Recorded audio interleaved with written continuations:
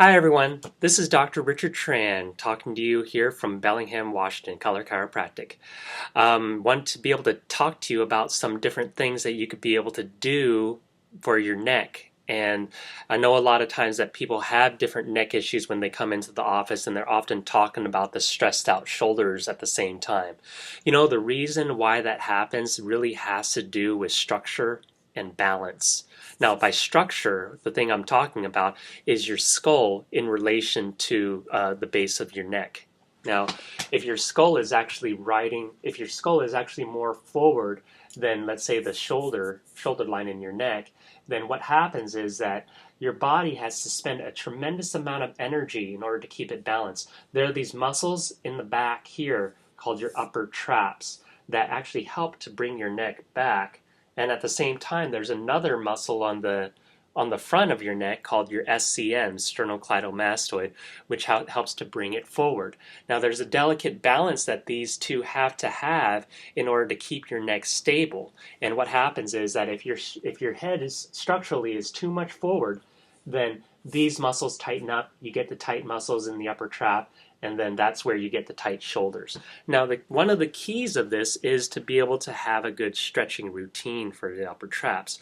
One thing I always recommend for patients is that if they're at a desk job, you can actually grab the end of your chair, okay, and you can bend your neck forward and away from the upper trap that you actually want to stretch. Then you bring your hand here, okay, and you're going to turn your head. You'll start to feel the upper trap stretch on this right side. Now, the stretch doesn't really come from the jamming of the hand as much as it is just the leaning away from the chair. So as you turn your head, you'll feel different fibers of that upper trap starting to stretch. Okay? That's really the first key of it, is to get those muscles stretched. You can also work on those SCM muscles to get those in balance by having a ball underneath the base of your skull, because what that'll do is that'll take some tension off of that muscle to be able to keep that in balance. Lastly, you want to do these exercises that will help to get that structural alignment back in place. Now, there are different neck wedges that we might recommend at the office, things that you can be able to lay on to be able to get that into proper alignment. But a good exercise that you can do is this.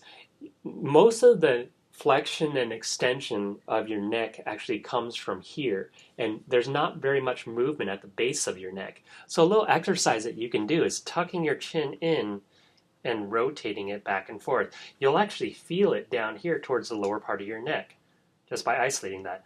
Then you can bring your chin, tuck it in a little bit more, and as you bend your neck back and do that rotation, you'll really start to feel that you're getting some good strain, not pain, in that area of your lower part of your neck. That should really start to get more of that skull into that proper alignment, so we have that nice curve, so everything is able to be in balance. You won't get so much of those stretched shoulders.